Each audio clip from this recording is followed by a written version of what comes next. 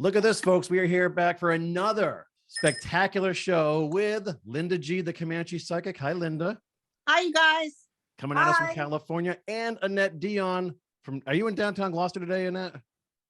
I am. That's where I practically live. Beautiful. Yeah. And I am also here in Gloucester, Massachusetts as well. And we haven't done a show with Linda in about a month now, so we're super excited to have her with us. How have you been, Linda? I've been real good. Thank you very much. Yeah. You're all over my YouTube, Linda. You're everywhere all the time. She gets around. She does. Am I that bad? Well, you're everywhere. Your face, yeah. I mean, your face is all over the place. Guest appearances. Yeah. Yeah. Everything. Everyone wants I get a lot of invites. Everyone wants a piece of her. That's awesome. Well, so obviously we're super appreciative of, your schedule and your time with us. So yeah, it's my honor to, this is what I'm here for, is to lift everyone so I can retire and go hide in my nest. You won't. Kory's up there hiding away in the mountains of, I don't know, Colorado. Isn't that pretty? Oh, that's gorgeous. Look out, there's going to be a bear. If you see the fire go out, just let me know so I can throw another log on that thing, but we're going to be okay. We'll let you know. So Linda, you missed this. I had my astrological chart read for the first time last week. I heard about it, and you were going to do a couple of shows on it, and was it fantastic? It was really good. It was super thorough. It was almost 2 hours that this one did. Tell her you were in your past life. All right. So we revealed this the other day, but in a past life, apparently I got a woman or a girl probably in in the class beneath me, pregnant. And then I was publicly executed because of that. Yep. Yeah. I don't know. I know. And Annette laughed for days when she heard that. Stop laughing. Because Kory, you look so innocent. Today, this Kory. But you were probably young, like these young guys like to follow their manhood out the door. I know, but it didn't make sense to me because it would be like the aristocracy. You would have been the lower class, right? Getting the aristocracy pregnant. Yeah, as I should. Yeah.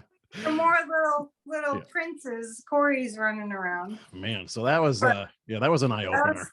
That was trippy. Yeah, but Kory's got a lot of Libra. Okay. Totally makes sense. Like, how can I serve you? How can I help you? Do you need your tea to be hotter? And like, that's Kory. Huh. He is a sweetheart. Oh, But off camera, he's probably a little grouchy. Libra men can be grouchy as hell. But he's an Aries. But he's an Aries, so that's what kind of threw me. Because Aries he's better. Yeah, he's way better. Yeah, that evens you out. Well, so I brought that up because, as I've gotten to know you, especially Linda, but I've known Annette for a while now, I get more interested in the metaphysical world and all the different aspects of it. So that was one cool thing. I went live and took a bunch of questions for this show, and we got a ton just on spirituality and mediumships and all that. So that's what I'd like to start off with. And how we usually do this is we're reading your questions, viewers, and then I'll just say, okay, Linda, let's start off with you. And then Linda chimes in, and then Annette sort of follows up. And then that is probably going to lead to other questions being answered, other topics being brought up. There's no real rhyme or reason to the show. I just I try to pivot around things and let the ladies speak and the guides speak through them. So that's my role here. So we try to get as many questions done as we can, but we also like to chit chat and go off on tangents too. It's what we do. And you're a very good host. Very good. Thank you. We'll try to behave, but I do have one question. Does anybody, Linda, do you know the significance of 2/20/2022? Gee, Annette, that's literally my first question. God, Dion. Psychically reading your list. Yeah. We didn't plan it. And Linda dreamed about a helicopter falling into the water. So, yeah. Last night I was standing with a friend of mine. I was in Laguna Beach looking out. I think I was at the Surf and Sand where I usually stay, right against the ocean. And there goes the helicopter, just crashed into the ocean. And there was a helicopter that crashed in Miami. No one was killed. And there was another one that crashed in Huntington Beach, and one police officer was killed, and I think the other guy's in critical condition. But that's weird. I get dreams like that all the time. Yeah, and it was just hours. 2022. Who's asking about? Is it astrological or? I thought I was asking about it. It's today's February 20th, 2022. That's a lot of twos. And Yeah, I'm so not, 2/22/22. Is there any significance or special meaning to that? Linda might know. Yeah. I don't think there's any special meaning. Hmm. But I'm not a numerologist. I know, Right. that's what I said too. So I wanted to bring it up to see if Linda And knew. people are asking about 421 too. I Isn't- saw that for you too. Yeah. Or was it April 12th? Is something significant Was supposed it to April happen? 12th? Something like that. Yeah. Isn't that like the weed day? Oh, my son is so funny. He does not touch any kind of drugs, but he loves to do that weed day. I think it's 420, right? 420. That's 420. 420. And he'll post 420. He'll put it on his computer and he does all these posts. I walk in my house and all these I didn't even know what it meant. What's that mean? It's pot day, Mom. Oh, I didn't either till kind of recently, but you're saying 421, but we're talking about 420, the cannabis hour or day, or Yeah. who knows where that came from? I don't know. I'm sure your commenters will Yeah. know. The viewers will let us know. So They're totally informative. okay. So no special significance to 2/22/22 that we're It aware of. sounds good, fun to say. Hmm. It's sure 2/2/2/2. yeah.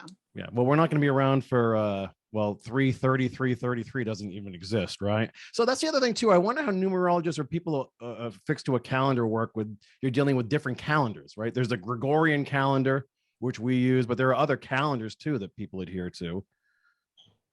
That would be a calendologist. I don't know. What do you call people that make calendars? I'm sure someone's out there. They're going to let us know. That's the cool thing about this stuff. They We have always our let- hands full. Yeah. We have a lot going on. So, I dabble in astrology a little bit, but I'm not an astrologer. But if somebody's a numerologist, they'd have a field day, I think. Yeah, that'd be Yeah. interesting. Yeah, we'll try to do something with that. Okay, cool. All right. Well, let's move on to our next question. And Linda, you can start us up with this as well. This is from Amy Pulliam, who asks, what is the meaning of things happening in threes? Or is that just a myth? Isn't that weird? Mm-hmm. It's like Yeah. 3 famous people will die, 3 this, 3 that. If you get clawed by a demon, it's a 3 on your skin. All And right. they making fun of the Trinity. Right. Oh, I don't know what the significance of 3. Here we go again on numerology. Why things, I know it's a But it numerology. is true. I've noticed it. I've noticed things happen in 3s. I would not want to be a I went helicopter through- today. I went through 3 husbands.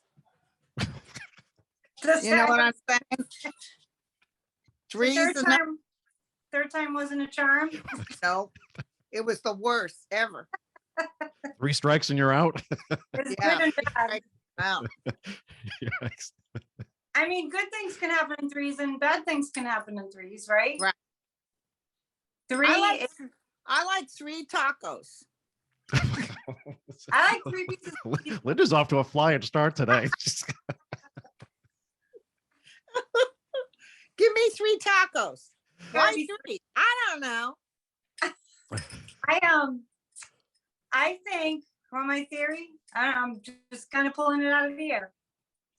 The triangle is the most stable geometric figure, right? Mhm. Right. That's very true.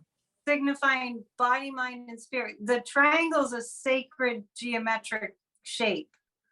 And body, mind, and spirit, when they're in balance, then you're good, right? So, and the Holy Trinity is 3. And so Linda mentioned like demons scratching 3 scratches.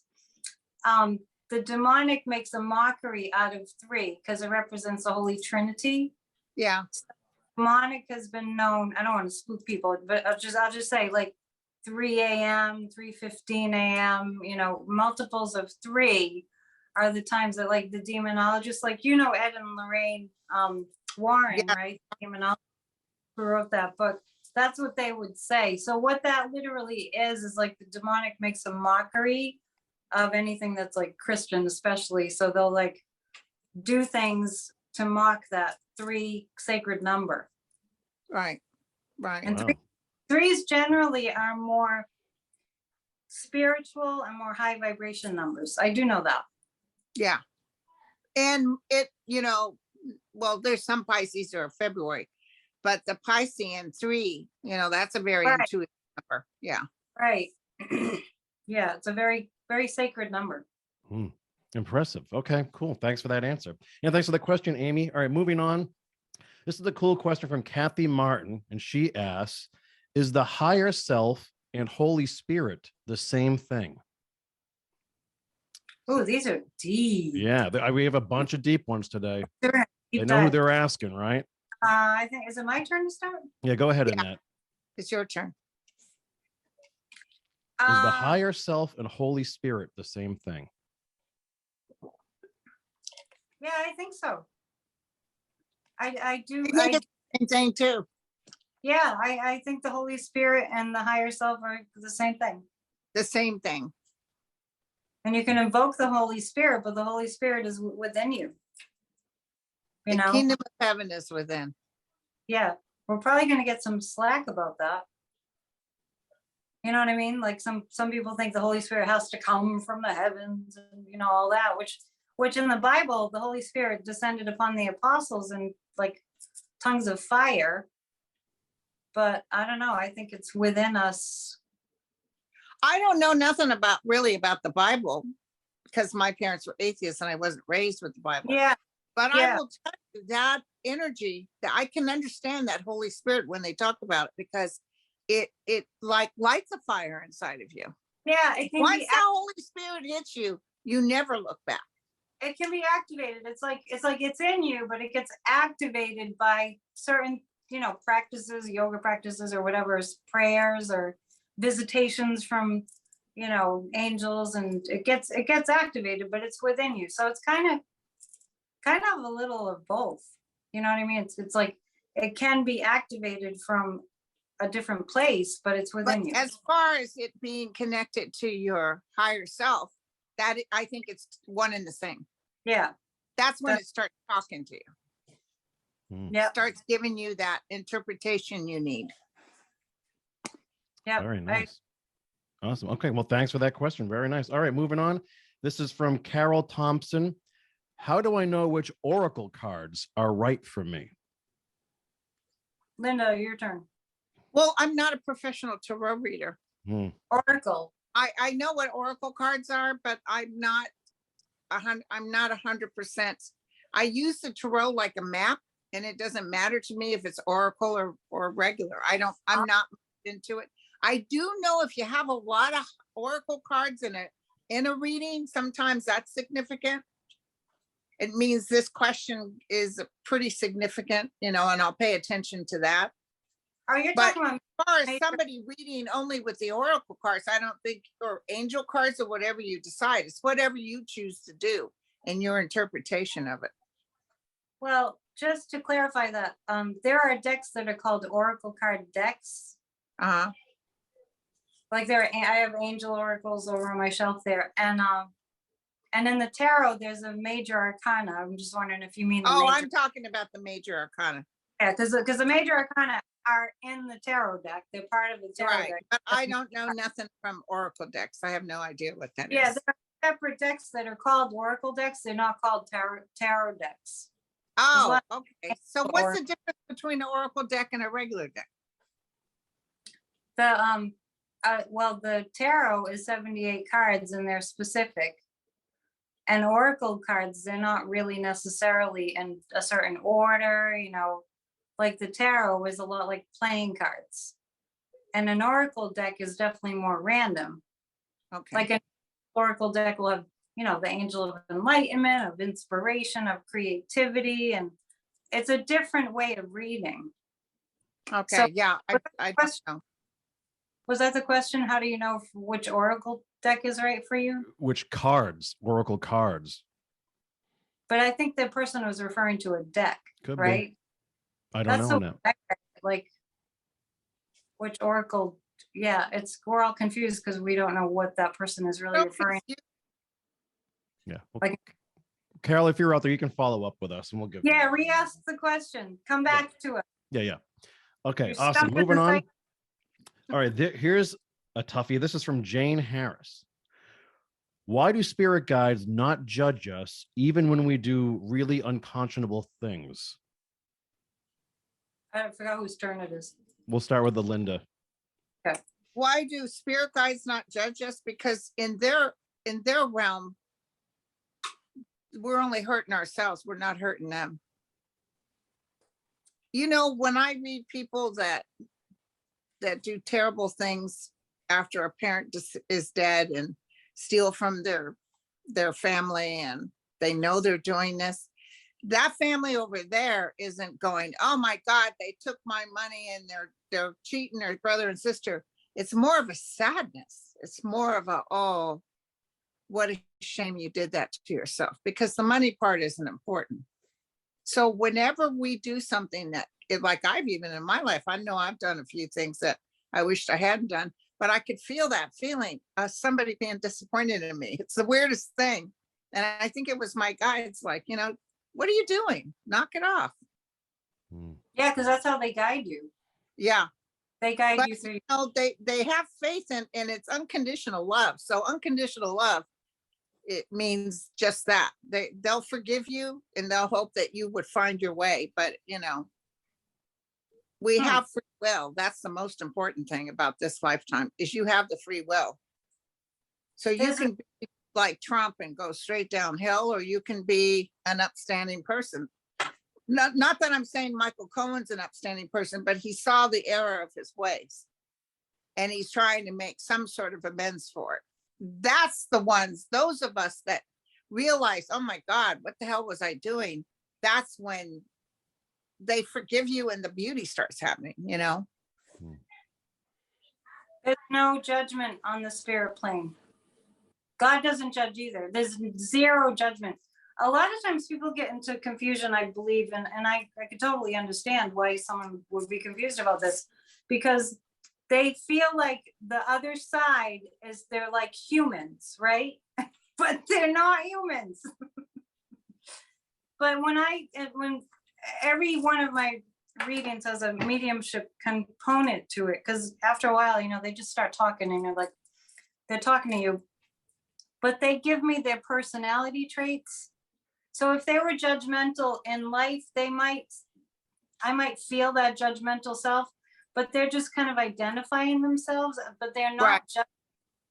And I just, the way that I get it is they cross over and they're all light and love, and they can't tell you what to do and they don't judge you. They're just giving you light and love, even if they were horrible in this lifetime.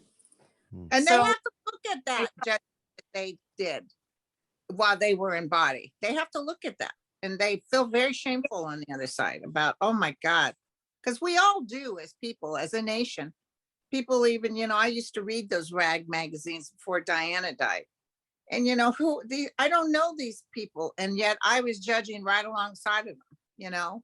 So yeah, what the heck was I doing? Yeah.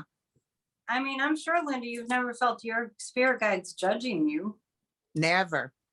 No, because they just give us free. I mean, I can see they probably do the eyeball roll, like, there she goes again. But that might be my interpretation. They might give you little nudges, you know, you might want to go this way. This is a better way. It's a better path for you, better, more positive track. Yeah, Linda, don't marry that guy, Linda. Oh yeah. Right now it's don't eat that donut. Don't do it, Linda. Don't do it. You'll regret it. We notice your eyes keep going away every now and then. Is there there's nothing nearby? We call Linda. We're safe. Yeah. Having lunch. The donut's safe for now. Yeah. Okay, well, thanks for that question, Jane. All right, moving on. Speaking of spirit guides, Valerie S. asks, how can I get more connected to my guide through my dreams or otherwise? So how can you get more connected to your spirit guide?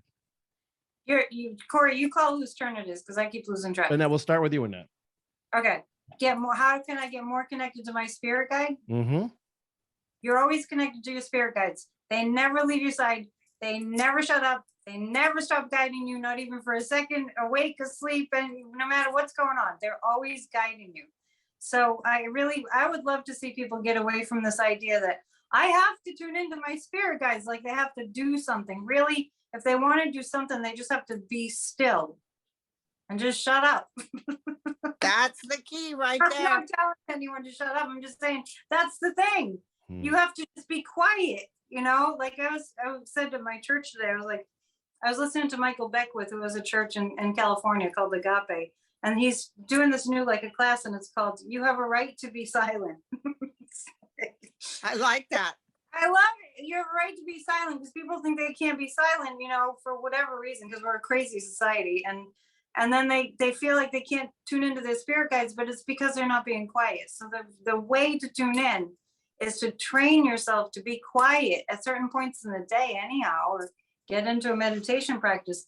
But the first thing I would say too about that is, don't think you're not connecting with them, because they're with you always. And you can get better trained at, you know, the feelings, like, you know, learning to be, or you're training yourself as a psychic, what feelings worked out to be true? What did it feel like when you end up going in a good direction, you know? So you have to pay attention. Well, but Linda, is it possible to deepen your connection or amplify your connection with a gut? God, yeah. You know that there's that saying, that which is likened to itself is drawn. You cannot create what it is in this world you need or want, or that connection with your higher self, unless you're a vibrational match to it. And by that, like Annette said, you have to, the only way you can get there is in that being present zone. And in that present zone is the God zone. So the more you can just be present, like Eckhart Tolle says, it's like a kitty cat looking at a butterfly on a flower. That absolute dedication in that moment, that's when it changes your vibration. Eckhart Tolle says, if you breathe 3 deep breaths a day, every day, doesn't matter what time of day, you don't have to go in or anything like that. He promises, and I did it, like he said, took me 3 months, but all of a sudden I could feel the shift. So that's when that man told me, when I was standing in my room, this room, in fact, and he said, you're going to do a YouTube channel. And I was like, what? I don't want to get up and brush my hair. And they said, Linda, you will help calm people down. Heard it as clear as day. And you had a calm mind, right? When you did, I was in a calm mind. But mind you, I even argued with them, which is funny. You would think I'd get on my knees and said, yes, great one. But I was like, what? I don't want to get up and do all that. I don't want to get up, brush my hair, shoot. And then they also told me that I needed to, you guys will like this story, that I needed to write a book of my experience. So I kept hearing them saying, okay, you're going to write this book, write a book. Well, I'd start and stop, and I didn't even get a conceptual outline. I'm not a writer. And so one night I said to them, to my guides, okay, cool, fair enough. You want me to write this book, but I'm not a writer. So I need help from you. Send me somebody, do something to help me figure out how to do this. That night I had a dream about a client of mine. And in the dream, she was getting an IV of blood, which was weird, to make her feel better, which was weird. It was a weird dream. I called her the next day. I said, oh my God, I had the weirdest dream about you. And we both laughed. She said, no, I never get IVs of blood. I said, I know. I just telling you, it was so weird. So how are you doing? Oh, I'm fine, blah, blah, blah. How are you doing, Linda? Oh, well, I'm supposed to write this book and I don't know what the hell. She goes, oh, I know what you can do. I have somebody you can go to. And she even paid for my first month with this writer, to study with this writer. Nice. And it happened. So yeah, sure, I haven't gotten it out totally yet, but I'm on the path. And I wasn't on the path before. All I did before I went to sleep is told them, look, you know, I'm not a writer. They tend to answer me, especially since I've had my awakening. If I ask when I go to sleep, and as long as it's a good thing, not please make Gerard Butler show up my door tomorrow morning, not stuff like that. But as long as it's for the higher realm, then it happens. I'm telling you, they always give me the answer. I have a question for you, Linda. Uh-huh. Do you feel like when you're helping people freely without any, need for accolades or anything, that they guide you more strongly, or that you're more tuned into the guidance? When you're really giving freely from the heart, if I know that's what you do in your life, I just mean, do you think? Yeah. 'Cause look at how good my life is. My life is fantastic. Thanks to the beautifulness of everybody I read, and I just enjoy it so much, and it just I have never been happier in my life. Yeah, so I feel like that increases your ability to receive My joy. If it's almost like if they can trust you, like you said, you went, okay, I'll do it, and then they were like, we can trust her, so we'll give her stronger guidance. That's the way they're making me hungrier too. I know. Go get the French fries. Oh my God, have the donut, Linda, for crying out loud. The donut. Eat the cake. Oh God. Well, let me ask you this, Linda. I've never had, and listen, my daughter got COVID, and I actually felt that I hadn't even cried a tear in I don't know how long, except sometimes I cry for the people of Ukraine. But I was like, I felt that fear and that sadness. I hadn't felt it in so long. And I prayed, and then I heard him say, as clear as day, practice what you preach, Linda. As clear as day. And I was like, because it's just like when I was begging for my life, walking down that path when I had breast cancer. I'm walking down the path, I'm totally bald, I have my dog, and I'm crying, and I'm saying, please don't let me die right now. My boys are still young.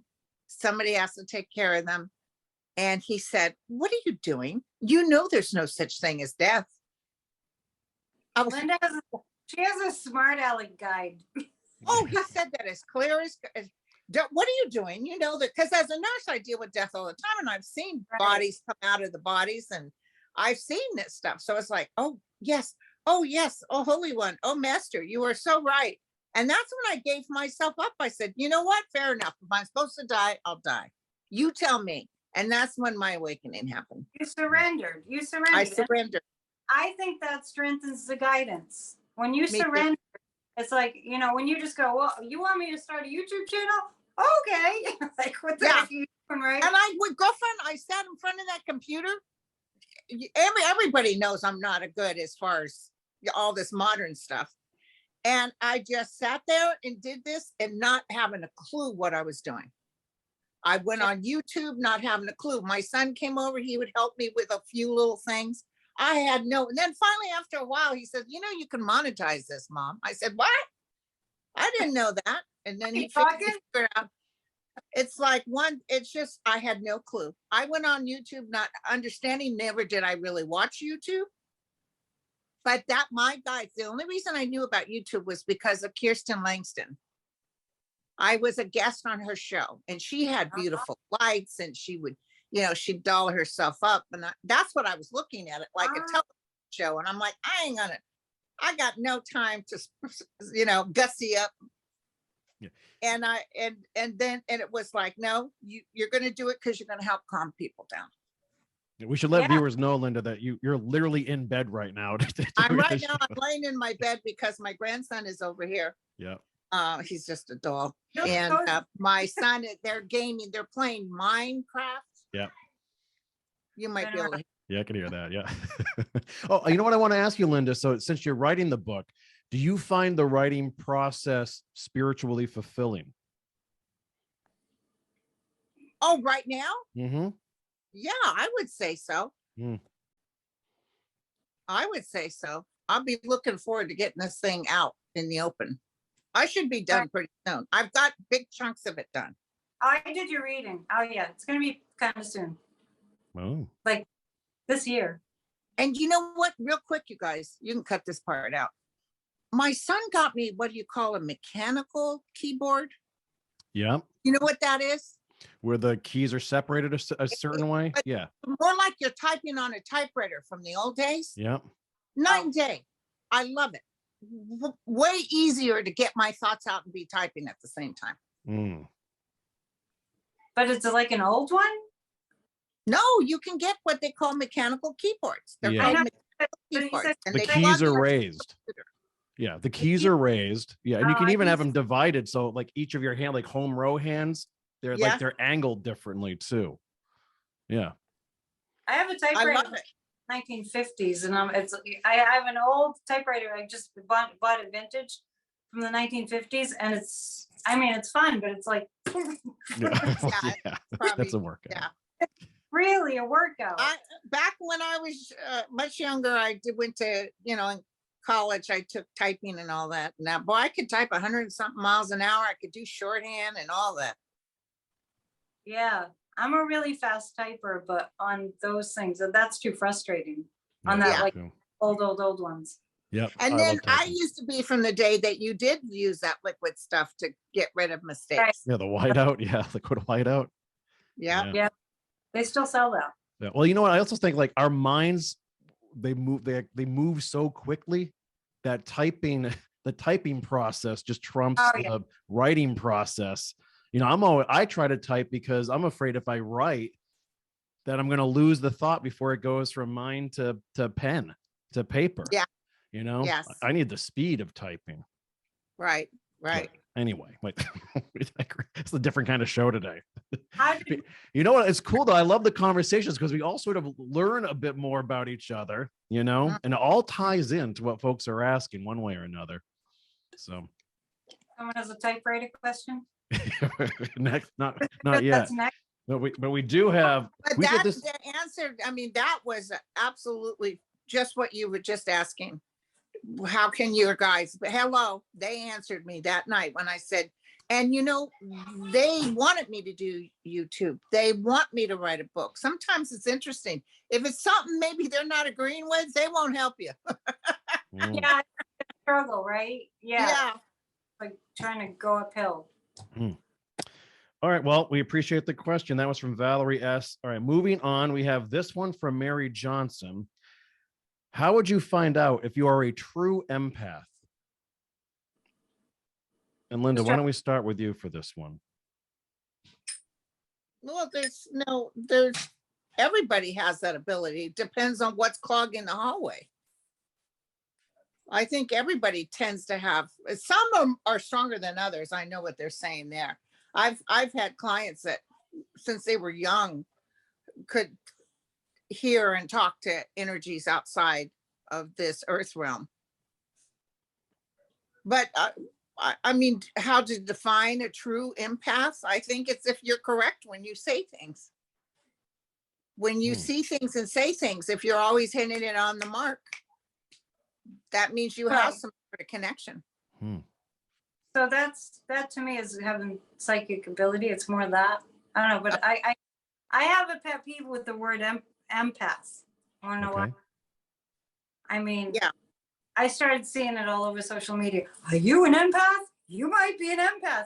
Like as if it was like a disability or something, like it was something foreign, like you were like special in some way, but it wasn't positive. It was like, oh, you shouldn't go out into the world because you're an empath. You're an empath. And I was like, oh my goodness. And then of course they were marketing something for empaths, right? I like to believe that we're all empathetic for one thing. And being empathetic, having empathy is not a disability. Right.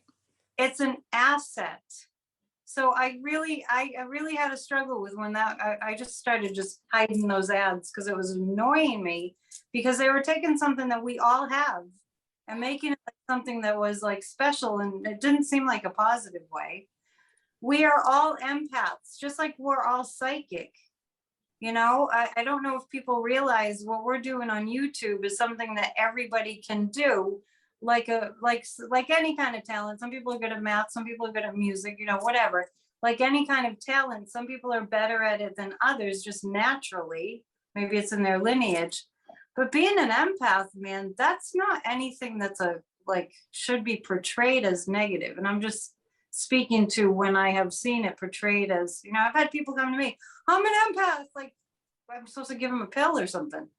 It's like I've never heard it in a negative way. I haven't either. I've heard it in a negative way. In a sense, I think sometimes the quandary can be, some people are so sensitive it's hard to live their regular life because they keep picking up. They're an empath. They keep Well, picking. yeah, and I just like for people to like not view it as something that's like a problem, because it's, you know, you can strengthen your fields, like, you know what I mean? We do certain things as psychics, and we don't want to walk around with people's problems, right? So we don't absorb them. If we were too absorbing them, we wouldn't do this work, right, Linda? I mean, I don't think that you would. If you got No, but I have in the beginning when I used to do readings just for fun and to test it out, because the psychic told me I was more psychic than him, and I said, "What?" He said, "Take these tarot cards, just play with it, see what happens." And that's when I started checking it out. Oh, this isn't bad. And then, you know, I even started doing it, working with some big wigs and getting money for nursing school. And then I dropped it. When I became a nurse, I dropped it because I couldn't be handling, like you said. Because people, if they can make you take it on, they'll make you take it on. Well, we gotta keep giving them free will. Hey, baby, that's your deal. You handle. You were a nurse, so you became Teflon. Yep. Because you can't do that job and absorb everybody else's pain. No. But, you know, it's like, you gotta know how to be a great actress too, or an actor, because when someone's in the room with half their leg shot off and you're trying to stop the bleeding and you're giving them instructions, you have to look directly at them and you have to talk to them in a calming manner, not a frantic, dear God, you're getting ready to die. You have to actually be like a great actor. To me, it was. Yeah. And you're not, even though you want to scream and cry with them, you know. Yeah, but you, and you know, one time we had a GSW to the head come in on a wheelchair, and we threw her into the trauma room, and the docs were all around, and as we're stripping her down, out pops a penis, and the doctor said, "Why do you think he shot you?" Well, he thought I was a woman. And you can't stand and laugh at him. You have to, you know, really, oh, wow, okay, well, let's get this gunshot taken care of. Fortunately, it was just a graze. But, you know, you want to bust out laughing, but you can't. Yikes. And the penis was unharmed in that tale, right? It was unharmed. It was unharmed. Silver linings, right? Actually, she was a great person, but Linda, you bring it to every show, Linda. I gotta give it to you. I know, we're going from here to I remember one time there was this guy drunk as heck. It was Super Bowl. I don't even remember who was playing, and he kept saying the F and this team. I don't remember what team it was. I was working that night. The F and blah blah blah. And he was drunk as a skunk. We had a 5-point restrain him. We had a banana bag him for all the alcohol in his system, and he was very combative, and so people were staying away from him. That morning, the doctors are making rounds, and the chief was there, and everybody, the residents, the interns. So I thought I better get his vittles before I change shifts. So I've started to do the blood pressure, right? I got my stethoscope, and as I'm doing that, I could hear the doctor talking. You know, we have a 47-year-old male brought in, blah, blah, blah. And he looks up, the patient woke up, and it kind of made me nervous because I thought, oh God, is he going to start screaming and swearing? He looked up at me and said, oh my God, you're the most beautiful thing I've ever seen. And as soon as he said that, I threw the stethoscope off. I looked up at the attending and I said, Dr. S. I went like this. This man is perfectly with it. I demand you take him out of these restraints immediately. Because he knows his stuff. He knows what he's talking about. Oh my God, all busted out laughing. But that was And Linda, which husband was that? No. What husband was that? Oh no, that was, I got married with husband number 1, and I didn't get married again for many, many years after that. In fact, a psychic told me I was going to get married again and have 2 sons. I thought she was cray. Oh, hell no. This woman doesn't even know what she's talking about. Some psychic. Clueless. Fun. Okay, well, thanks for the question, Mary. I think we got the answer in there. Whatever it was. one way or another. All right, next question. Annette, we'll start with you on this one. All This is right. from No Middle Name. She would love to ask about the danger of Ouija boards. Oh, don't even get me started. Yeah, I knew this would be for you. Well, Ouija boards are extremely dangerous because for some reason, I don't know why. I don't think anybody knows why.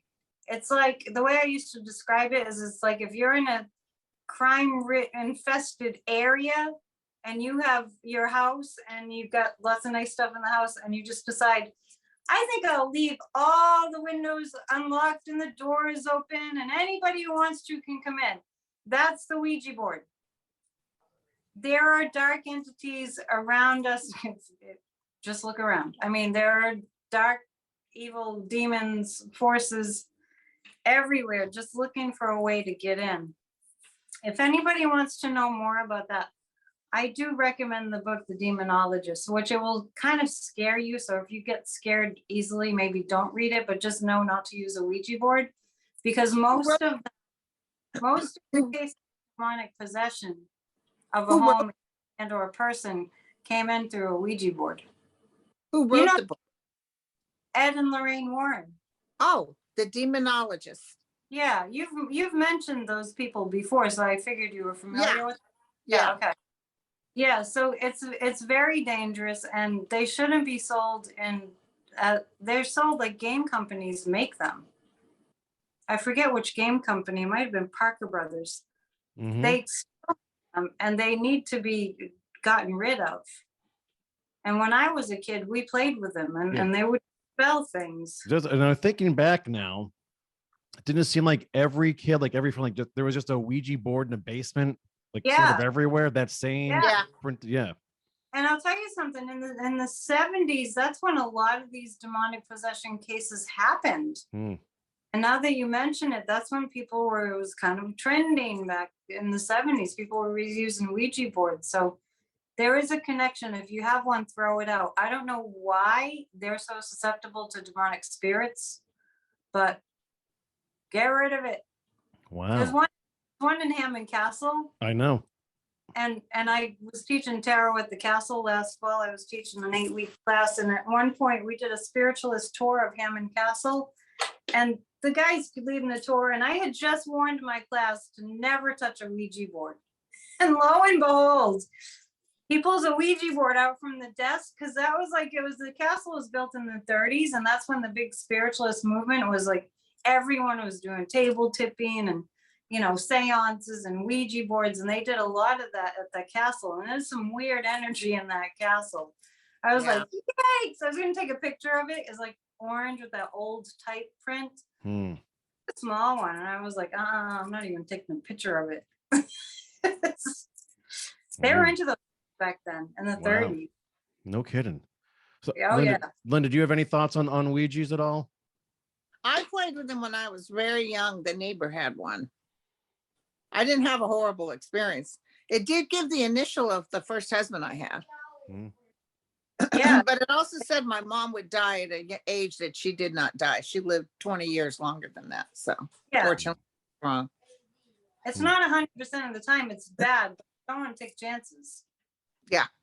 But I have, after watching those good shows, Paranormal Witness and all those good shows, people talk about real experiences they had, bad ones with the Ouija board. Paranormal Activity, or are you talking about? Is it Paranormal Activity? The movie Haunting is a good one, series that's on. There's a lot of them that aren't on anymore, but anything that had a story of a Ouija board was really something. There was a movie called Paranormal Activity. I think there were 2 of them. And I was like, oh, this isn't a scary movie. I can handle this because I don't like scary movies. I get too scared. But I can handle this. I can handle this. And then the ending comes. Did you see that, Kory? Oh, the end of the movie. It was like, oh, well, that was weird. And I was like, I'm fine. I couldn't stop thinking about it. I was so scared. But I don't know if that evil thing got in through a Ouija board. I don't know if that story covered that part, but I think it was just a movie made for a movie. I don't know. It was just a movie. It's like that like those people lost out at the woods. Well, the Blair Witch thing was a fake. Yeah. Blair Yeah. Witch Project. Yeah. Yeah, but there are hints in those movies of things that actually do happen with possession. Right. Right. Based on truth, kind of. Hmm. Yay. Do you have a less scary Fascinating. Yeah. That's yeah. Moving on. Gee, that was interesting. Okay, Linda, here's one for you. This is from Emery Camo, who asked, does the FBI or CIA or Biden's team have a mediumship working for them? Oh. That's interesting. No. Does it? I think the CIA dabbled with psychics, They did. remote viewers and stuff like that. Hmm. I know Russia did. Yeah. But right now, I just have to give you what I heard was no. But in the 70s, I saw a documentary on Gaia TV, and they were I don't know what the guy's name was, I don't remember, but he was hired by the government to do remote viewing of Russia. And he was so uncannily accurate. Like, he would draw a diagram of some headquarters, everything in exactly the right place, and the trees and everything. And he was so good. He actually died mysteriously, and I think he was taken out. No kidding. Well, By he was by the national United States? security- No, probably Russia, but that was just, conjecture, because he was that was a security threat for Russia, because he was getting all the secrets, because he psychically tuned in. So if you do a deep dive into that topic of remote viewing, there's been some amazingly gifted remote viewers. But then, I think of that sometimes when I'm doing my psychic news network, because it's like, sometimes you'll be sounding like you know exactly what you're talking about, like fact, and it might actually be happening, but how do you know? Yeah. Right. So I think that they were. I love that term, remote viewing. Yeah, it's a real thing. I mean, a lot of some psychics on YouTube do remote viewing. I've done what I feel like is remote viewing in missing person cases, like Linda has. I mean, so I think that we do it. We don't call ourselves that, just like I don't call myself a medium, but I do mediumship. I don't know if mine's remote viewing, because what I do is especially if I get a picture of the person and their first name and when they were missing, and I look at them, I can feel whether they're still in life form or spirit form. One time I read on a family looking for a woman. Her car was parked at the big park. She'd always gone jogging there, and nobody heard from her, and her car was still there. So they started a search team, and they were looking and couldn't find her. Days had passed. So a friend of the family's reached out to me, and I was looking at her. I could see she was still in body. I said, she's still in body and she's injured. She fell or something. She's injured. Please send them back out there, because she's still alive, but her force is leaving.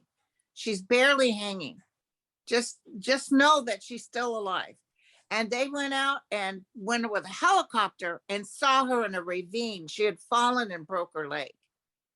Fortunately, she was right next to a stream, so she was able to get some water. But it was all over the news. They got her, and she lived. But I saw her. I said, no, it wasn't anything untoward. There was no man that kidnapped her. She's still alive, but she's hurt. And that was just so cool. I remember you saying that, but wasn't that remote viewing? No, because I'm talking to her. But I'm wondering, did you see in your mind's eye? No, when I think of remote viewing, I think you're going to a place and you're looking at different things or who's involved.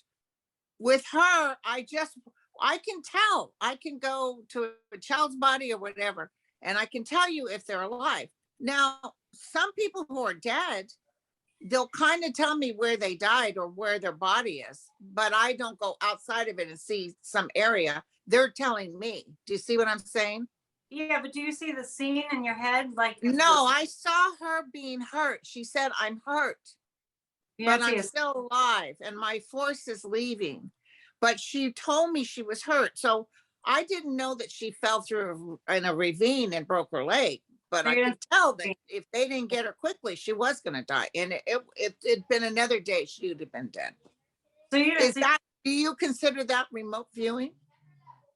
I would if you saw the ravine. Yeah, yeah. You know what I mean? So like if you see like for me, it's like for past lives, for instance, which is a different topic, I see like a movie clip in my head. Oh, Right. Linda disappeared for a second. She's Yeah, she's remote viewing this now. I remote Yeah. I remote viewed my ass right out of here. It's the disembodied voice. Yeah. You know, like on that show Bewitched when they just kind of appear. Jeez. Off she went. Yeah. You know what I think she did, Annette? I think she probably took 2 bites out of that donut and got it out of the picture. You That's know? what I'm talking about. I'm getting the chili cheese dog going. I always tease about eating a chili cheese dog, and I've never liked chili cheese dog. It's too hard on my stomach. I don't think I've ever had one. I thought I'd have to remote view you to find out where you went. You know, well, if the two of you are okay with it, I'd like to ask like a personal question of you. It's well, do you ever feel burdened by your gifts? Whose turn is it? Well, Linda, your eyes widen, so we'll just start with you again for that. Do I ever feel burdened by it? No. By your gift? Well, I'll tell you where I suffer. Okay. Mhm. There is a little suffering, just a wee bit. And sometimes, and it's no offense to anybody, but sometimes I don't know who my friends are. Sometimes I don't know if somebody wants to be with me for me or if it's for my gifts. Like a celebrity. Maybe, I don't know. You know, if you're a celebrity, like people don't, a lot of people have trouble with that. They're really, really famous because they don't know if people want to hang out with them because they're famous or if they want to hang out. Like I had a real good friend that I really enjoyed, and she got a new place to live, and she invited me out for, it's going to take I was going to have to drive quite a ways. I got her a nice home welcome gift, and I was getting ready to get dressed to go, and she says, "Oh, do me a favor, bring your cards." And it was like, really, I was planning on going this thing to enjoy downtime with you, and so I didn't even go. Right. Well, you know, and favor, bring your cards. Here's the thing about that. When sometimes people think it's just like, oh, well, it's just like, you know, just you know what I mean? Like it's your job. It's like if you're a doctor and you go to have dinner with maybe doctor and his wife go to have dinner and they see someone they know and the person comes, oh, my arm's being hurting me. While you're here, can you take this mole off of me before dinner gets here? Yeah. It's an occupational hazard. So I can see that, but sometimes I think that people don't realize that you have your time that you feel like doing psychic readings. Right. But you're not always going to feel like doing psychic readings. No. And you wanted to go have a nice time. And she was like wanting you to work, basically. But in her mind, like sometimes I feel, and it's not a burden, I enjoy the gifts, but it's like I'm a circus act. Like, oh, hey, Linda, we got Linda, the psychic coming. You know, like, hey, here's our circus act. If I'm doing an event that I'm supposed to read people, I don't mind that at all. But on my off time, I like to just be able to chillax, you know, just be me. I can see how people might think you're like a Pez dispenser where it's just, even so when what do you think, Linda? Linda, what do you think? Yeah. What do you think, Linda? I think I want another donut. Which is fine. But I even see it here, like when we have these conversations, people are like, cut the banter, get more questions and more questions. Like they're not magic 8 balls. It's not like we're not just spitting these out one after the other. You know, when I started the YouTube channel, I remember these couple of women were writing, "You talk too much about yourself. Just do more of the readings." I like, really? Start your own show. Start your own show. You don't have to watch my show. Look, it's free. It's not like you get your money back. I know. But the thing too, it's like, even when we go off on tangents, I think you can read between the lines. And I think there are more answers there for people to pick up on than they may even realize themselves. I feel it here, you know what's sad? I will tell you what's sad. People don't have conversations anymore. Well, there's that. Discourse has definitely taken a back seat in the last generation or so. Too bad, because we do learn a lot from each other. Like we're tribal beings. We evolved from tribal, situations. And what did people do? Tribal people, they got around the campfire and they all told stories, and then they learned from each other. Kory's saying he learns every time. Every show he learns something. Absolutely. And we need more of that. So when we have that going on and people are like, oh, you're talking too much. It's like, well, that's what people do. Yeah. They do. Yeah. Before they started texting. The lost art of conversation. We need to bring it back. We need to bring back storytelling. Oh, we're doing it. Have you listened to us? Yeah. And then these groups that watch our shows, they really are beautiful people, very unconditional. They love us no matter what. If I have something going on and I can't do a thing, or I was running late or something, they're so forgiving. Nobody's saying, you blah, blah. Everybody's very forgiving. That is such a great point, Linda. Yeah. But people think we're talking too much. Well, what's too much? Right. They're tuning into a talk show. Yeah, right. Well, I was on your meditation yesterday. Good. I sat there and meditated till I fell asleep. Oh, yeah. I felt like people were falling asleep. And somebody said, my son said, Mom, who's that talking? I said, what are you talking about? I hear somebody talking. Is it on your phone? And then I heard you say, all right, good night, everybody. I was like, oh, shit. It was 30 minutes. It's a lot for people, I think, sometimes. But somebody like me to stop for 30 minutes can be hard. Glad you came. We did it today. We did it before my church thing. Your question was, do we ever feel burdened, right? Yeah. Way back a few minutes ago. Yeah. I just wanted to speak to that a little bit. I used to be, I'll use the word empath. I used to be really empathetic, and I would pick up on events that were massively shocking. Believe it or not, the first one I noticed was Columbine, which was, what year was that? 1999. When I was like in a fetal position in my bed, I couldn't handle the emotional pain I was picking up on. It was like one of the major school shootings. It was like the first one. We have gotten so anesthetized. It's unbelievable. Hurricane Katrina, same thing happened. Really major storm, same thing happened, where I was just picking up on the collective. I am somewhat, I'm trying to Teflon myself as best as I can with the Ukraine situation and all the fear there.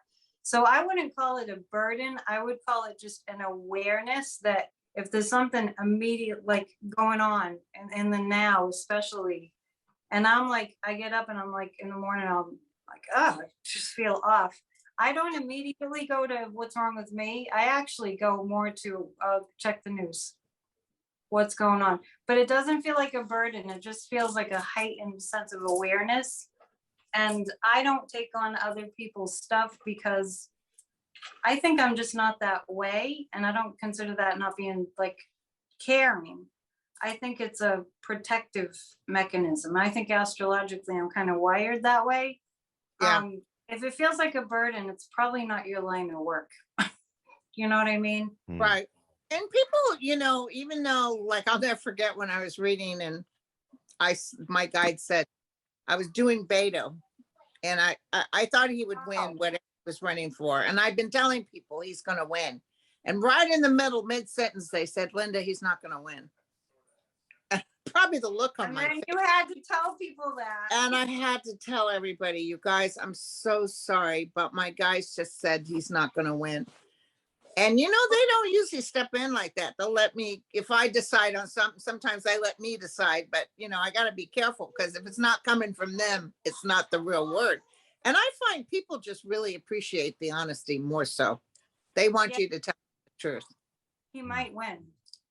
Oh, this time, yeah. But no, back then. So, I know, but you were probably picking up on the win later.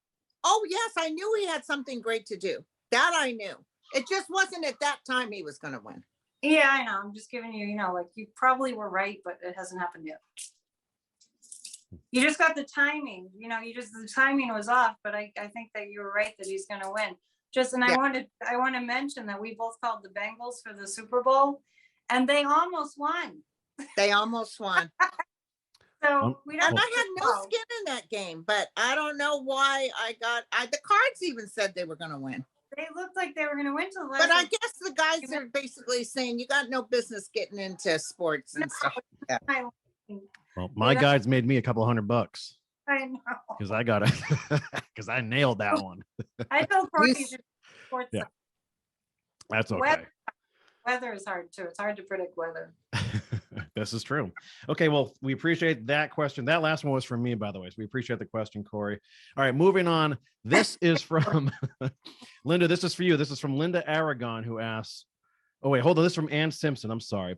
What is the spiritual or ET connection, or both, with Mount Shasta in Northern California? Oh, Linda should know. She's up. I've never been there. But it's in your state. But I've never been there. But there's ETs living there. That I can tell you. They come out of the mountain. They come out of the mountain. They live up there? They live up there? They live within the mountain. Sometimes people see spaceships coming out of that mountain. You think they have like little cafes up there and stuff? I don't know. No, that they go under seas. They're everywhere. I just watched a great show about the Native Americans drawing pictures of aliens on caves. They were considered the gods. That's true. That's true. Somebody asked me today, they sent me an email and they want to know what kind of UFO or ET book I would recommend. And I was like, I had no idea. Do you know any? But I mean, speaking of the triangle, when you said the Trinity, remember that big thing hanging over the Pentagon in Moscow? It's a triangle shape. Right. There you go. And then there's a Bermuda Triangle. Right. Lots of triangles. And then there's the pyramids in Egypt. It's sacred geometry. There's something to it. But Mount Shasta, I hadn't heard about. I've never been there. I should go there. Danny Shea goes there. Oh, he goes there? Yeah, he goes up there. Seen any? He really likes the experience. A lot of people say, oh, Linda, you need to go. So I need to go. I'll probably, we've gone through 2 years of COVID. Nobody can do anything. Oh, you can be outside watching the aliens. That seems COVID safe, right?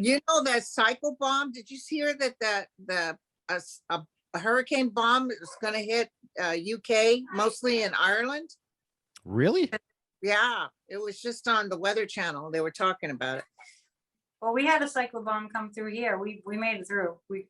I showed pictures of the 30 inches of snow. Oh yeah, that was a beauty. My friend Dan was driving in New Jersey, and he said he'll get an alert on his phone, and it says something like some urgency with like a sudden onset of snow. And then he said he's saying, oh, there's nothing here. And then in front of him was this big wall, and he couldn't stop.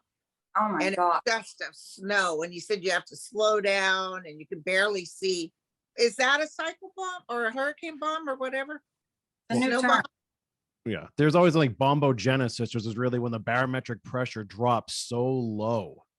And then you just have a recipe for disaster if it's warm air meeting cold air.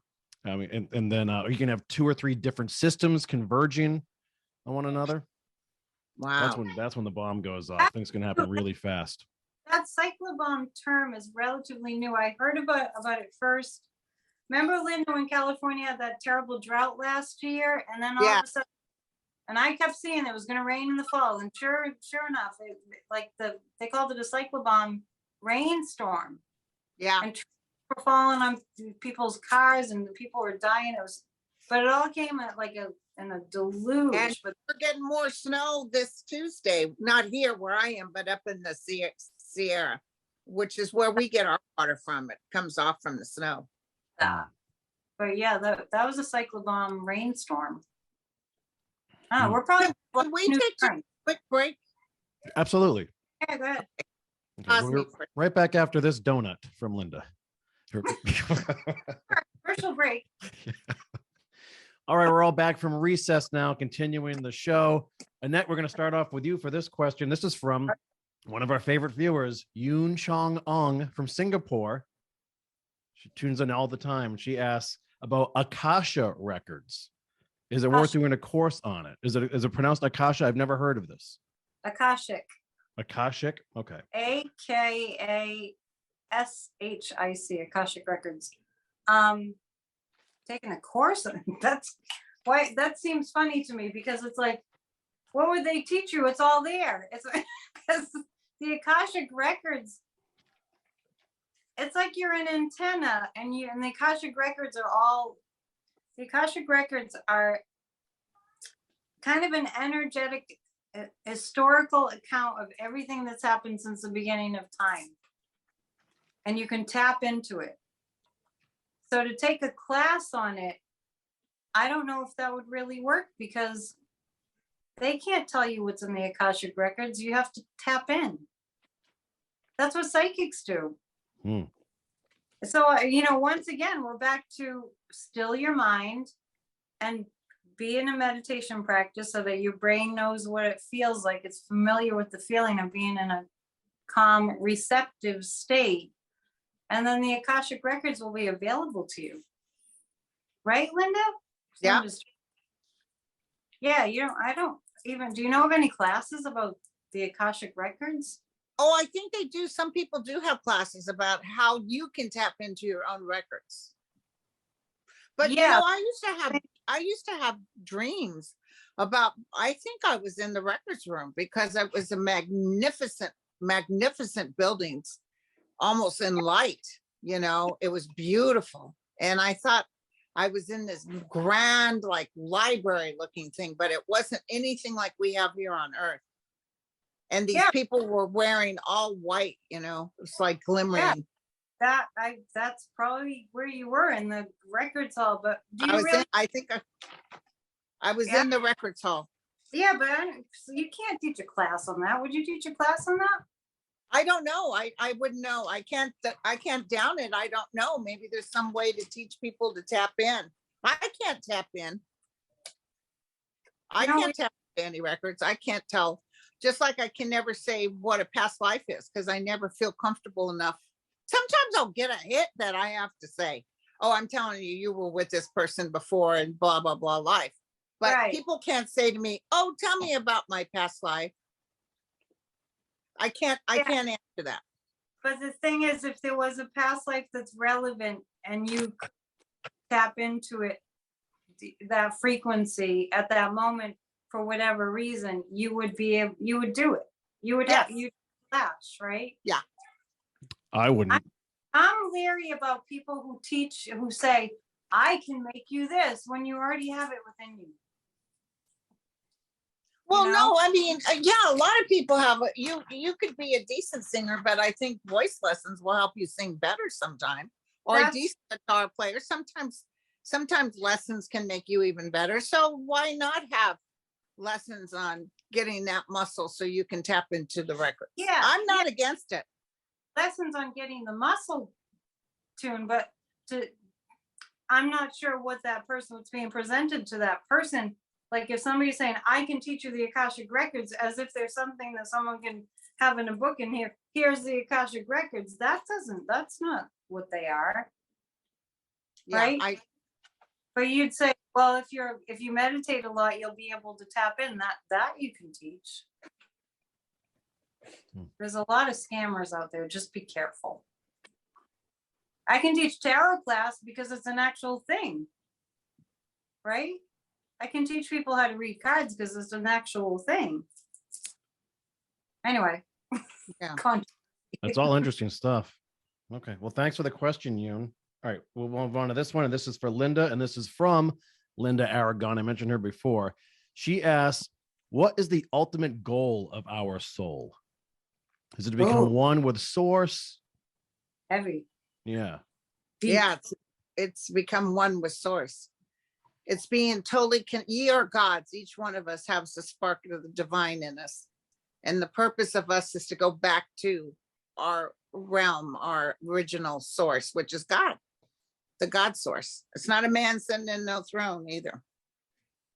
It's a absolute love, peace, and all these challenges that we go through on earth and these decisions we make of our own free will to experience things and have free will to decide or not decide. It just makes us grow energetically. It's wonderful. And some people won't grow though. I'm sure y'all have met people that you can just tell they refuse to grow. And oddly enough, the people that refuse to grow are usually people who resist good things. Yeah. That's actually a refusal to grow. Hmm. You know, like having nice, you know, having a good, enjoyable, happy life. Right. So That's what, part of the purpose of my reading isn't necessarily to give future as much as, for some reason, my guides are able to tap into the collective consciousness of people, the human form that I'm reading. And as far as kind of telling them their purpose and maybe helping them look at, because you can't force them, it's their free will. But sometimes you just got to tell them, you know, that they have these beautiful qualities about them. Some people don't even see their goodness, you know? yeah. And it's like, you don't, you know, all this suffering you're bringing upon yourself is man-made. It's got nothing to do with what's really going on with the God form. And then they give me a little future, so it gives that person hope. I see this burning hunk of burning love coming up to you by Tuesday, you know? Just accept it. Just accept it. But no, it's, you know, because I ask my guys, why do you have me look in the future if the future is not what it's about? Really, they prefer us not to worry about the past or the future. Well, I think there's a trajectory that we can only see from the present, and that we can affect the trajectory of things. So we're not really predicting the future as much as we're sensing where things are going at the present time. And that's why we're often right. Often we're right. We're sort of tracing, that's the way that I feel it.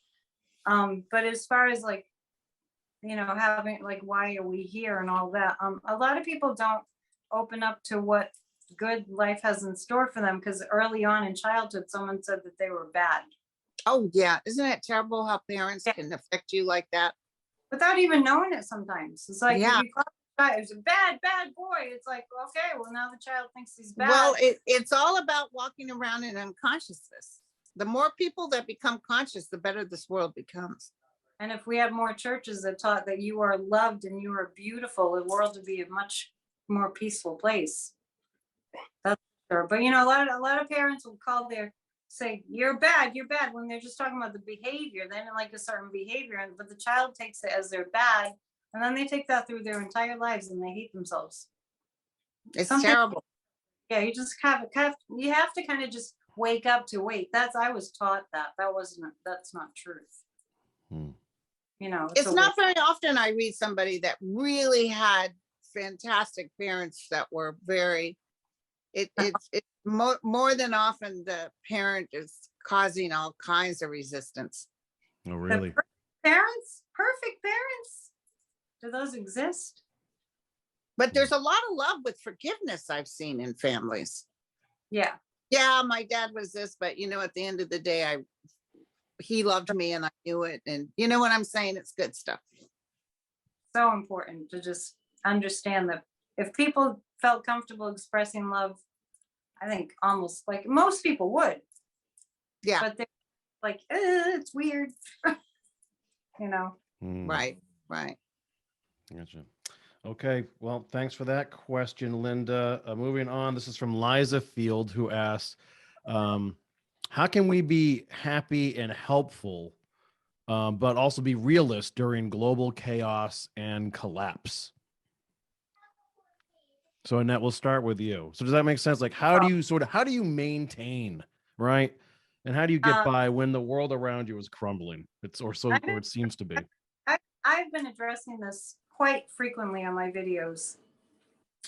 I really know that we're in for a rough ride if we haven't figured that out already. It's going to be tumultuous. It's going to continue to be tumultuous. And I explained this the other day. It's like on the show that I had with you. It's like, you know, the vibration of the planet is increasing. Things are getting, you know, like higher frequency, and that comes with a lot of tumult. I'll just say, I recommend going to Isha Foundation and signing up to learn the yoga practices that change your energy frequency. So, that my sense is that if you're doing practices such as that from somebody who's like very evolved and knows what they're doing, Sadhguru, and this is not a cult or anything, I'm just saying, you can do yoga practices that change your frequency, that help you to adjust. And I don't know how anyone's getting through these times without losing their minds if they don't have something to anchor them. So like if you do TM, do TM. If you like to listen to chanting music and peace out, do that. If you like to go in nature, do that. But do something. Don't do nothing, because the energy is going to throw you off. And especially, so important, self-care, self-care, self-care, self-care. Everything that you consume, make sure it's high vibration and healthy and organic, and that you tell yourself loving things, and that you pray, and, you know, just positive, positive, positive. Don't spend a lot of time with negative people. We have enough negativity coming at us. Make it a rule to hang around with positive people. And if they're not positive, see if you can sway them. Hey, can we just talk about positive things when we're together? Like that. It's really, really, really important, because we got to keep the vibration up. With what's happening in Ukraine right now, we got to keep the energy up. Yeah. Linda, do you want to touch upon that too? Like, so how do you keep your head screwed on straight with everything that's going on around you? Knowing this too shall pass. There's a lot of things that have happened in this world that are just as bad. There's people that had bombs hitting them in the UK that lived for World War II. A lot of people, men died, good men and women died in World War II. And so I know vibrationally we've gone through this before, and I just trust, I have faith that everything's going to be okay. You know what I said the other day too, is like, what helps me is when I think about where we were before the last election, and that right now Trump would be president, I have faith in the God above that he didn't get in. You know, like, we averted a huge, probably World War III, if you ask me. Right now, during these times, especially, that Joe Biden, he would have given Putin a wide open ticket. Do what you want. That, and if the insurrection actually worked, the fact that it didn't, that gives me faith. I mean, I know we're in a tough spot, but boy. And a lot of it's thanks to our military and our higher ups, even Republicans. They said, no, we're not going to do that. So there must be like divine intervention there, that we're still here, and, you know, things are shaky, but we're still getting by. Could be a lot. Alrighty. Okay, moving on. Here's a new category for tonight's show. We always get questions about people dealing with particular health issues. So we have a few specific questions here. So Aries Lady asks, will there ever be a cure for rosacea? So Linda, do you want to start on this one? I've read this before. That's yeah? interesting. Yeah. And my guys always tell me yes. They've already got some stuff in the works, but I feel like something else will come up. Within the next 2 years, I heard they'll have something that definitely helps rosacea. I'll tell you something about that. I had rosacea for years on my face. Oh, yeah? I don't have it anymore. And what I did was I went to a laser place, not surgery, just like a laser gun. And after several treatments, it was gone.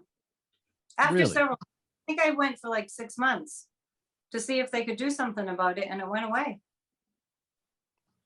Was it like severe rosacea?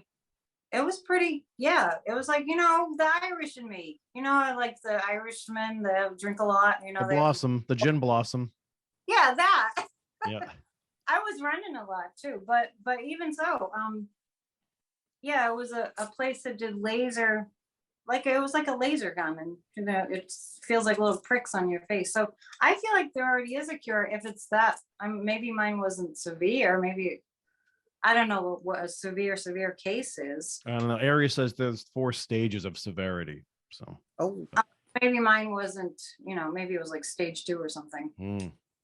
Yeah, but there's probably some kind of a medical, like a drug or something. Would you say 2 years, Linda? yeah, but they also have a cream. My dad used to put Metro something on him, on his face. He had it. Yeah, there's stuff Took available. took it away right away. I see a lot of ads for psoriasis drugs right now. Like it makes you wonder when you see all these ads over and over and over. You're like, gee, does everybody have psoriasis? Is this a thing? Or is Yeah. it they're pushing it? You know what's weird, Annette? Whenever I see people out and scratching, I just assume they're on opioids. No, maybe they're You know, like, commercials. because it's always itching's a big thing. Then you know someone's on pill, someone's taking oxys somewhere. Could be You know? that. Yeah, or maybe they're watching too many commercials and think they have Yeah. psoriasis. It's a Humira. It's not Humira. It's the other one. Yeah. Too many drug commercials. Oh my God. And it's the same, it's like the same ad firm makes all the commercials.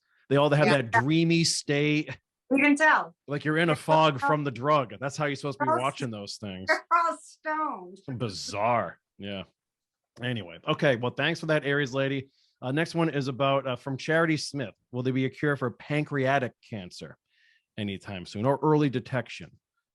Annette, you want to start with that one? We've gotten a lot of medical questions, We got a lot. and I keep saying that the cure for cancer is already in existence. I'm not predicting the future. It already exists. That's what I get. And I mentioned to you that I picked up Tony Robbins' new book. Remember the other day we were talking about that, called Life Force. Just the beginning part of the book, it just talks about these amazing medical advances that are basically going to cure you of anything, and you could live to be 150 if you want to do that. But the medical advances that they've made as of late have really accelerated, believe it or not, because there was so much funding from the government for COVID research. There was kind of an overflow of funding for scientific research, medical research. And so they've gone leaps and bounds into this futuristic medical cures for almost everything. So I think I already have it. If anyone wants to pick up that book, I think the proceeds go to a worthy cause too. It's called Life Force. You wouldn't believe it. So I think I do have this sense of like being able to go into the pancreas, which is, Linda's the nurse. I don't know how big the pancreas is. It's quite small, I think. Yeah. So kind of go in. I feel like they could go in better. I mean, once you get cancer in that pancreas, That's it, right? Yeah, that's the word. Yeah. That's like Patrick Swayze died from that. Mm-hmm. Yeah. And the liver too. I mean, you can kind of heal the liver more so, but you know, it's almost like those soft organs. You know, a piece of cheese when it has mildew in it and you think you cut the mildew off, but really forms of the mildew has gone through the cheese because it's soft. Oh, interesting. Yeah. Yeah. So you can't really cut it out. And that's what organs are like that sometimes, you know. I'm sensing with the pancreatic cancer, I'm sensing that they'll be able to get a better view and then go in. They have like this nanotechnology, like they can put something in the bloodstream that cures it. Like that's some kind of technological thing. Like a nano, I have to go back and read the book, but this is like all the rage right now. Like, you know, you're going to be able to have chips in your body that connect you to the cloud. I don't like that idea. I didn't think you would. That level of technological advancement, pretty astounding. It is. Yeah, I think the cure is already here. It might not be available just yet. Well, do you want even a more specific medical question? This is from AP. This is the last one, I promise. And then we're going to get on to the big enchilada tonight, which I'll explain in a second. But this is from AP, who asked, will there be a cure for, and I'm going to guess it's pronounced SIBO, or SIBO, small intestine bacterial overgrowth.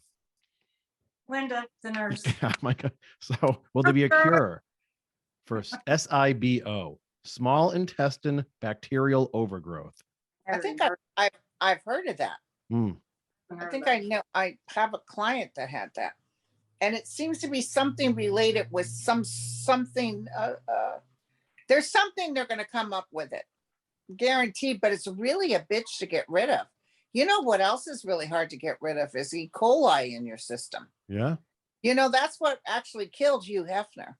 He had he had sepsis from an E. coli infection, and I just read somebody that they have E. coli and nearly died, and it's still not gone totally. So you always live with that threat of E. coli. And I just feel like something that's going to happen with the bodies of what they're going to be able to do with humans.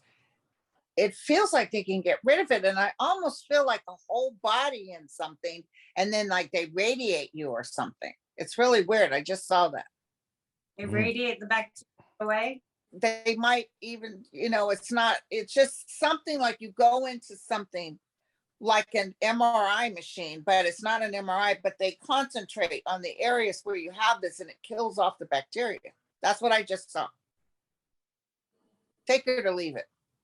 I feel like we're picking up on the nanotechnology where they can sort of like, you know, get into the body in a certain way, different ways, and just treat it. We shall see. Yeah. It's gonna be a big, I think it's gonna be a big year. I'm getting to, actually, I was thinking it was 2023 for a second. I feel 2023 is going to be a really big year for medical breakthroughs on all fronts. We should do a show sometime with all of us in our lab coats and stethoscopes, and just do the medical. We get a million of those questions. We were doing a show recently, and someone got really mad and left because they didn't agree with something to do with your eyes. Oh yeah, okay. What was Remember that? I don't know. They were like, was I on the show? Oh, it was macular degeneration. I'm like, she doesn't know what she's talking about. I was like, I never claimed to know what I was talking about. Right. I felt like eye exercises would be helpful. I don't know. Linda went to medical school. I didn't. Yeah. Is there a cure for macular degeneration, Linda? Not right now. There isn't. It's a very, very hard thing to have too. It's awful. And one coming? They'll definitely have a cure. They'll have things they can do. So there's the answer to whoever got mad. Yeah. Welcome back to whoever got mad. They're back. They never really left. They leave the room, but then their ears to the door. They always come back. Yeah, probably. All right. So we're well into the show now, and I kind of feel like there's probably a couple thousand people watching, and they're all sort of waiting for us to get to the political questions, because most of the questions we get are overwhelmingly political. Yeah. That's why I like those other questions out of the way. I like those. And honestly, like I said from the top of the show, those questions about spiritualism and metaphysics and all that, the world's sort of new to me. And I love the way the two of you answer them and how it leads us into different conversations and deeper dives. So I really appreciate those chats. But now we get down to the nitty gritty. How long is the list, Kory? Oh my, you honestly, Annette, I printed out a few pages. There's 40 more. No, we can't. I have 40 pages. Now I know we're not going to do that. I printed out a couple. Pick the top 3. 40. That's why I got to go through and I have to separate them in categories, because I just get lost, you know? Yeah, but we have lives too, so we can't do all. My grandson's here. Yeah. We'll see how this plays out. But okay, first question from Christina Haftman, who asks, how's Willow Biden doing? Does the president like her? Oh, the cat? Yeah, I don't even know. Linda, the cat is Willow? That's the cat. Yeah. Jesus. It's a new cat, I think. I see Biden and his wife both loving animals, period. Yeah, me too. They're animal people. Obviously, that's a cat person that asked that question. Yeah. I feel like they love this Willow. I feel like Willow's getting tons of love. I do too. I feel like, I even feel it really helps the president energetically to have the animals around. Yeah, they reduce stress. They're like therapy pets. Yes. Oh, you always need to have a little extra unconditional love around you, especially in that position. You Yeah. know? Willow is living large. That's what I get. Yeah. Look what So I is Christina Halfman after us answering that question. So I thank you for learned. that. All right. The next question comes from Sweetie Darling, who asks, what will happen to the Amazon rainforest forest? Because the Brazilian president wants to expand development there. So I can't take that one. It's too tragic. Linda can take it if she wants it. It's too tragic. I can't handle it. Yeah. And he's going. That guy's going. That's a good And answer. whoever's coming in is totally into replanting and building things back up. This guy might even be taken out. That's what I just heard. whoa. Oh, can I ask another question? It's about something else, but you think he's going to be taken out? Do you think that Vladimir Putin is going to be taken out? Yeah, but not right away. It's about a year or so. I feel like he's taken out. I saw him running years ago. I said he's running. He's running for his life. Something's imminent. Yeah. Wow. Yeah, He could end I up mean, in the Amazon. I think he has a pretty nifty relationship with Brazil's government. he does. I saw them together just the other day. They were having a meeting. Who knows what they were talking about? Stranger things have happened. All right. Thanks for the question. Moving on. This is from Yellow Table Tales from British Columbia, who asked, will the Canada-US border remain demilitarized? So do you ever see a point where that the US Canada border is going to actually have military presence? I haven't heard that. Yeah. I don't see, We're not in a war with Canada. Unless I missed something. No. Maybe the occasional trade war. That's about it. yeah. No, I don't even understand why someone would think that they would militarize it. I don't see it. We're Okay. friendly. Hmm? We're friends. We're Yeah. friends with Canada. Yeah. Right? We are. Yeah. We have many Canadian followers. I'm good with Canada. I'm French Canadian. Yeah, we're Partly. cool. Oh, do we want to touch upon the Ottawa occupation? Linda, do you have a read on that at all? Like, how will that be resolved? I saw it leaving as fast as it came in.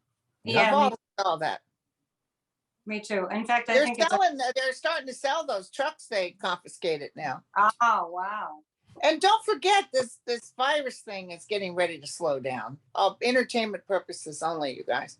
This virus thing is getting ready to slow down. So I'm almost seeing life coming back to a little bit to normal again. So now what are you going to bitch about?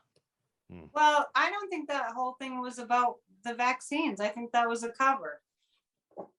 Well, Because they were trying like it was the vaccine. 90% of the truckers are vaccinated. 90%. Yeah. So, makes you wonder. And then Ted Cruz was like going, go truckers, go get your freedom. It was like, Please. Yeah, I'm free to walk around with TB and make all of you sick. I mean, really, that doesn't, it doesn't make any sense. Wear a mask. That's all you got to do. yeah, I'm just saying, I don't think it was about that. I think that was a front. Because Rand Paul also was like all about all these Republicans, that are fascists are like all about helping the truckers. So, But I would like to ask our Canadian viewers, especially, why are things so much more restricted there right now than here? Oh, they really were bad in Australia too. Yeah. I think they're a little bit they're walking with trepidation because the Omicron hit everyone just upside the head. All of a sudden, look at the Queen has it now, that Prince Charles and Camilla. as They Omicron. They have the Omicron. Oh, okay. It came up. Because it did when it first hit. Remember we were going into last summer, like, oh, everyone take your masks off, it's over. And then not so fast. Yeah. Yeah, that's I Omicron. don't see it coming back as I see us getting a break. But we're not done. Is that Not as bad as it was. Not as bad as it was. But I think we're gonna keep the mask thing going. Delta was the worst. Yes. I always felt that Delta was the worst. Okay, thanks for that. That was from Lisa Anthony, by the way. Okay, next is from Tony Stokes. I love me some Tony Stokes. And she asked, what is the future of Mitch McConnell after midterms? Linda, this is right up your alley. Oh, I saw him being very upset. He does not have the power still. I've been seeing that. I see him actually kind of like stepping out or saying, I'm done. That's going to be hard for him. It's going to be really hard for him because what's he fighting? Yeah, I think he's going to kind of, I do see him it looks like stepping down, but unfortunately, unfortunately for him, I feel like his health is going to go, it's going to take a nose. Well, you know, sometimes what keeps people kind of going and energized is that they're going to work. Yeah. But when he's dethroned, I just see it's kind of like, you know, maybe this is a bad example, but when you're in college and, you know, you work and you're pulling all-nighters and everything and you stay perfectly healthy. And then as soon as your spring break comes, you get deathly ill. Yeah.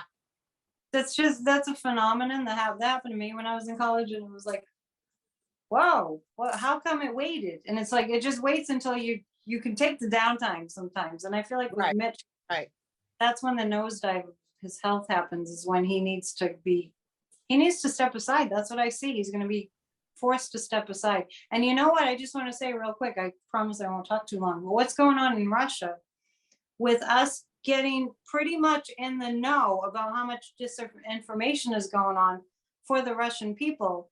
It's straight out of Putin's playbook, what's happened in America. I don't know if people are making that connection yet, but I really do think if they watch real news, that they'll make the connection that what happened in America was Vladimir Putin's. I used to say all the time, we're at war with Russia. It's just not, it's not visible. But we certainly. I don't understand what you're saying. Define that, say that again. What Vladimir Putin's doing is he's trying to justify attacking Ukraine by telling the Russian people the Ukrainians are committing genocide and they're all lies. Yeah. And I was like, they're trying to attack the Russians, so we have to attack them back. So he's invested in a massive psychological, you know, information warfare campaign, making them believe, or attempting to make the Russians believe, that the Ukrainians, they deserve it. Right? Right. Like they did something, they're doing nefarious things, and so therefore Russia has to attack them. That's what Putin. And that's what they were doing in the United States, saying fake shit. The Mueller report, hello, I've been saying for years, we're in psychological warfare. The people that are in the cult have been brainwashed. Yes. Because Russia is so adept at psychological warfare. Of all the countries on the planet, they have it down. Right. To a science, literally. And that's what's going on there. And I feel like that we're going to make the connection eventually of what's going on with the GOP. Because remember, they all went to Russia? Yeah. I wonder if they were hypnotized. Oh, I don't know. Something. Because they came back and all of a sudden they were all anti-America, anti-democracy. But this is so stupid of him to try to take the Ukraine. It's such a bad move on his part. Somebody told me, you know, the other day I tuned into him and I got the shakes and I was like, what's going on with that? And then one of my people said that he has Parkinson's, which I did not know.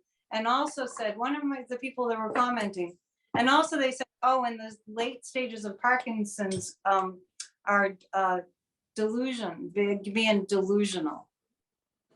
Did you know he had Parkinson's? I didn't, but I tuned in. No, I didn't know. I haven't heard that. Yeah. So he's he's delusional.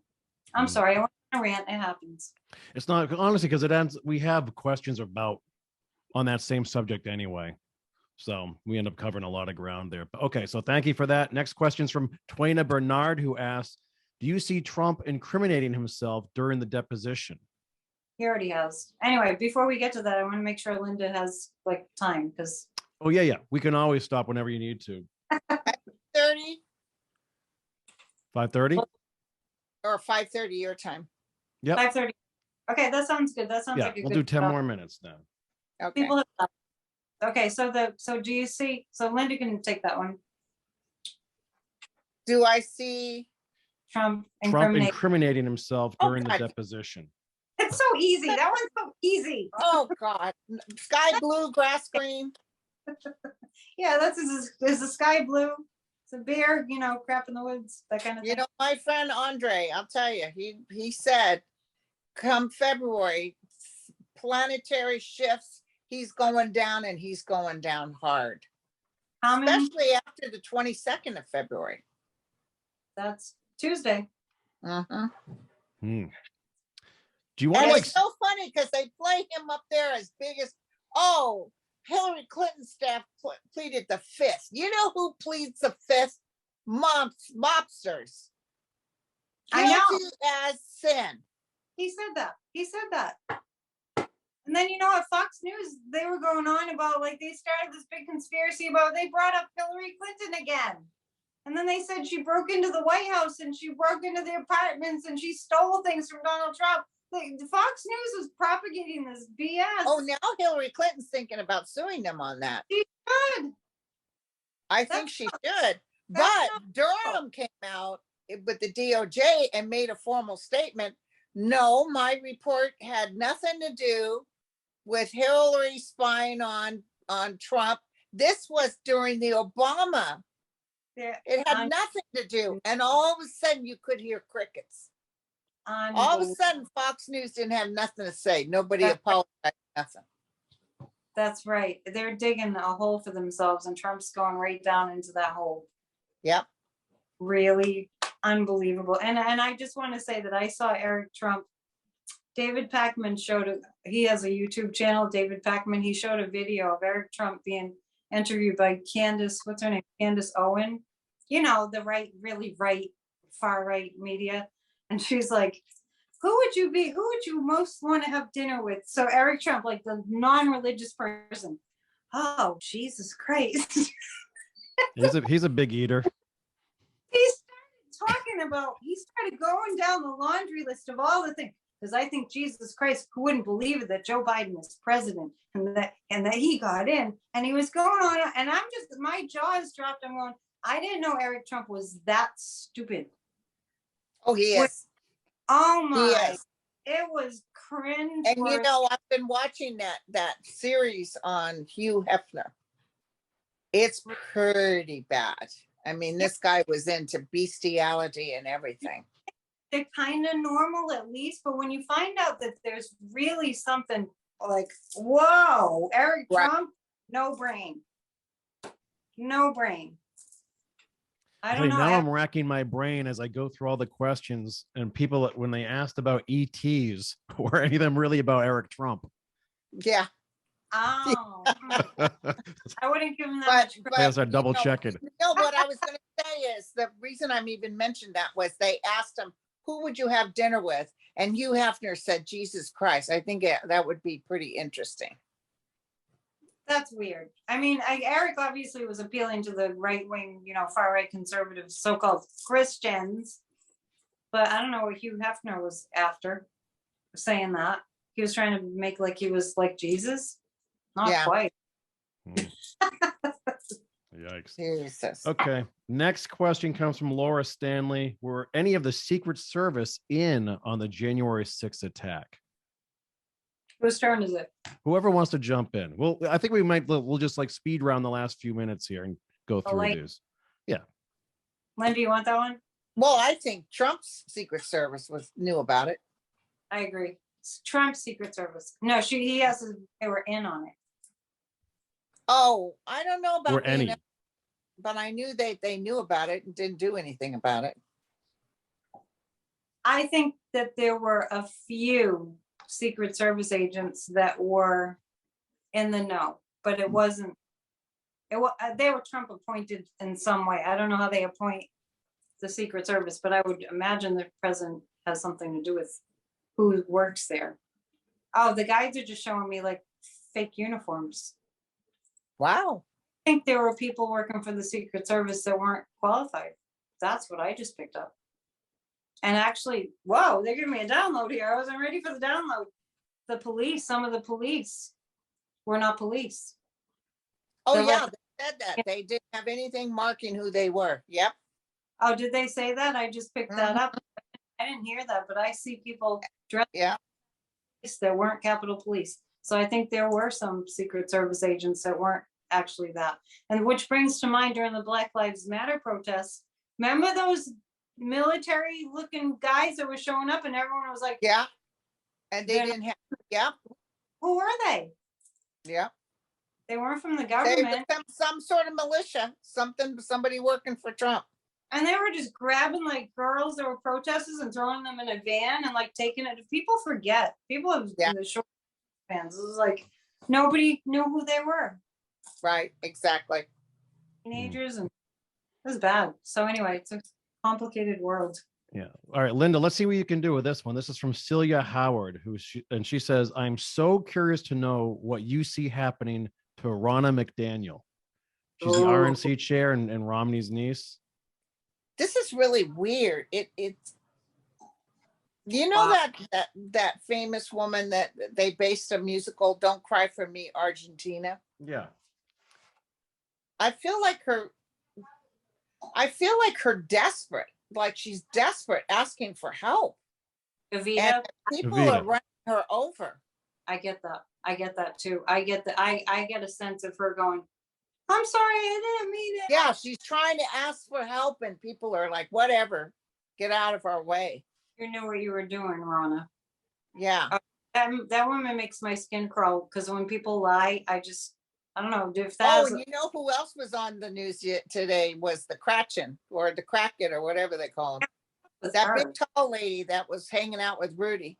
She's asking for money now again to help because of some conspiracy, another one she's made up. She's being sued. Stop. She's being sued for billions of dollars by Dominion voting machines. Good. Billions. Isn't Fox News getting sued too? Is that a psychic question? I had one of those questions right here.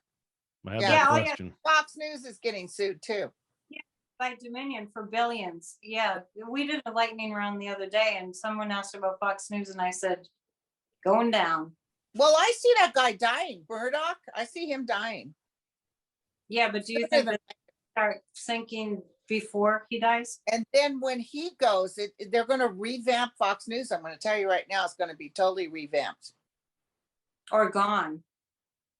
No, it's not going to be gone. Just like the Republican Party's not going to be gone. It's going to be revamped. It'll be different. It'll be a horse of a different color. I see it splitting into two things. I don't know what. Right. Yeah, it kind of is now, but not totally. Right. Well, ladies, we're getting close to that time. Now, we did not pull a card and we did not have a pendulum out for any of this. I know. So do we want to pull a community card? Do each of you want to do that before we go and leave the folks with something tonight? It's so funny. I didn't even think about picking a card. Yeah. And I didn't have my pendulum. What do you mean pull a community card? So this is just something for the world at large. So okay, I'll ask for what's coming up. What's coming up? Tell me cards. What can I tell everybody? What's coming up? What's coming up? Fortune's Fate. Oh, what deck is that? This is Morgan Greer. Oh, I used to have that. Yeah. Nice. Fortune Fate. The cycle will change. Coffins and Judgment. Was the second one the Four of Swords? Yeah. And the first one was the Fortune's Fate. The Wheel of Fortune and the third card was Judgment. Okay. We're going to be happy about some stuff coming up on Trump. Mark my words. It's going to be hardcore.